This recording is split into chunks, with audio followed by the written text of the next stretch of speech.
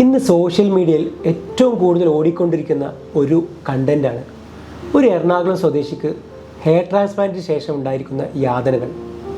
അദ്ദേഹത്തിന് എറണാകുളത്തൊരു പ്രൈവറ്റ് ക്ലിനിക്കിൽ വെച്ച് ഒരു ഹെയർ ട്രാൻസ്പ്ലാന്റേഷൻ സർജറിക്ക് വിധേയനാകുകയും അതിനുശേഷം കുറേ അണുബാധ അതുപോലത്തെ കുറേ കണ്ടീഷനുകൾ ഉണ്ടായിട്ടുള്ളതാണ്.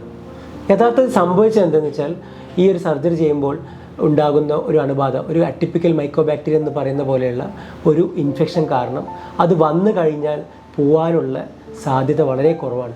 അങ്ങനെ സംഭവിച്ചിട്ട് പല സർജറികൾക്ക് വന്ന് അദ്ദേഹം കുറേയധികം യാതനകൾ അനുഭവിച്ചിട്ടുണ്ട്. പക്ഷേ ഇതിന് ഒന്ന് രണ്ട് കാര്യങ്ങൾ ഞാൻ പറയട്ടെ, ഒരു ഫാക്റ്റുകൾ ഞാൻ വിശദീകരിക്കാം.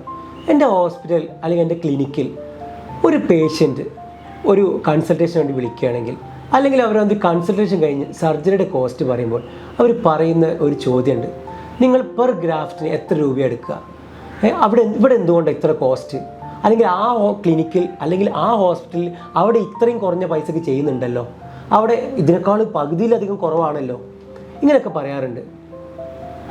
അപ്പോൾ നമ്മൾ ഇതിനു വേണ്ടി ഇതിൽ ഇൻവോൾവ് ആയിട്ടുള്ള ഡോക്ടർമാർ, ഒരു പ്ലാസ്റ്റിക് സർജൻ അല്ലെങ്കിൽ ഒരു ഡെർമറ്റോളജിസ്റ്റ്, ഇവരുടെയൊക്കെ സമയം, അവരുടെ എക്സ്പെർട്ടൈസ്, ഇതിനൊക്കെ ഒരു വാല്യൂ ഉണ്ട്.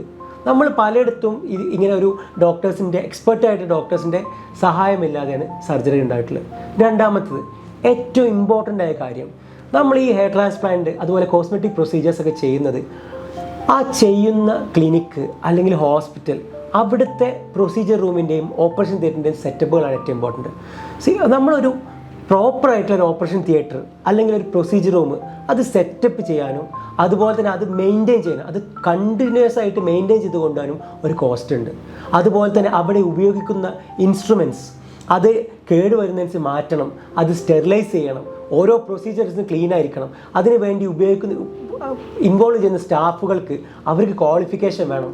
അതുപോലെ തന്നെ അവരിതിലൊക്കെ നന്നായിട്ട് ട്രെയിൻഡ് ആയിരിക്കണം. ഇങ്ങനെയുള്ള സ്റ്റാഫുകൾക്കൊക്കെ എക്സ്പെൻസ് കൂടുതലാണ്. ഇങ്ങനെയുള്ള ഓരോ പ്രൊസീജിയറിന് എക്സ്പെൻസ് കൂടുതലാണ്. അങ്ങനെ ആകുമ്പോൾ നമ്മൾ ഇതുപോലെ പൈസ കുറഞ്ഞ സ്ഥലത്ത് പോകുമ്പോൾ അവരിതുപോലെ തന്നെ പ്രോപ്പറായിട്ടുള്ള സ്റ്റെറിലൈസേഷൻ നടന്നില്ല എന്ന് വരും. അതുപോലെ തന്നെ പ്രോപ്പറായിട്ടുള്ള ഒരു മെയിൻ്റനൻസ് ഉണ്ടായില്ല എന്ന് വരും. അതുപോലെ തന്നെ പ്രോപ്പർ ഓപ്പറേഷൻ തിയേറ്റർ സെറ്റപ്പോ അതിനുള്ള സൗകര്യങ്ങൾ ഉണ്ടായില്ല എന്ന് വരും. ഇങ്ങനത്തെ സ്ഥലത്ത് നിന്ന് നമ്മൾ ചെയ്യുമ്പോൾ ഇൻഫെക്ഷൻ വരാൻ ചാൻസ് ഉണ്ട്, അതുപോലെ തന്നെ വൈറസുകൾ വരാൻ ചാൻസ് ഉണ്ട്. അപ്പോൾ ഇതൊന്ന് നമ്മൾ ആലോചിക്കണം. പൈസ കൂടുതൽ എന്നതിനർത്ഥം വെറും പൈസ കൂടുതൽ മാത്രമല്ല, ചിലപ്പം ക്വാളിറ്റി കൂടുതലായിരിക്കും, ക്വാളിഫിക്കേഷൻ കൂടുതലായിരിക്കും. സോ ദയവ് ചെയ്ത് നമ്മളുടെ ശരീരത്തിൽ ഓരോ പ്രൊസീജിയേഴ്സും നമ്മൾ എടുക്കുമ്പോൾ അവിടെയുള്ള ക്വാളിറ്റിയും ക്വാളിഫിക്കേഷനും നമ്മൾ എല്ലായ്പ്പോഴും ശ്രദ്ധിക്കേണ്ടതുണ്ട്.